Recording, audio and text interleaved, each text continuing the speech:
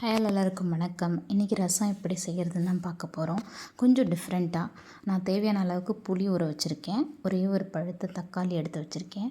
So தேவையான அளவுக்கு எண்ணெய், கடுகு, பெருங்காயம் ஆட் பண்ணிக்கலாம். ஸோ நான் வந்து ஒரு 3 வரமிளகாய் போட்டுக்கிறேன்.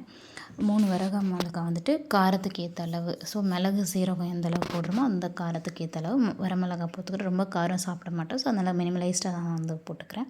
ஸோ தேவையான அளவு மஞ்சள் போட்டுட்டு, நம்ம நார்மலாக வந்து ரசம் தாளிக்கிறதுக்கு என்னென்னா மிளகு, சீரகம், பருப்பு, பூண்டு வந்து தண்ணியில் மிக்ஸ் பண்ணுவோம். ஸோ நம்ம இப்போ என்னென்னா நம்ம போட்டிருக்க வரமிளகா அந்த எண்ணெயிலே போட்டு ஃப்ரை பண்ணோன்னா இதனோட டேஸ்ட், அந்த அரோமா வந்து செம்மையாக இருக்கும்.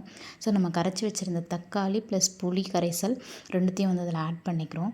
ஸோ ஃபைனலைஸ்டாக கருவேப்பிலை, கொத்தமல்லி போட்டுட்டு தேவையான அளவு உப்பு போட்டுட்டு கொஞ்சம் கொதிக்க விட்டு, நார்மலாக ரசம் கொதிக்க விட மாட்டாங்க, நான் கொஞ்சம் கொதிக்க விட்டு எடுப்பேன். ஸோ டேஸ்ட் செம்மையாக இருக்கும். ட்ரை பண்ணி பாருங்கள். பாய்.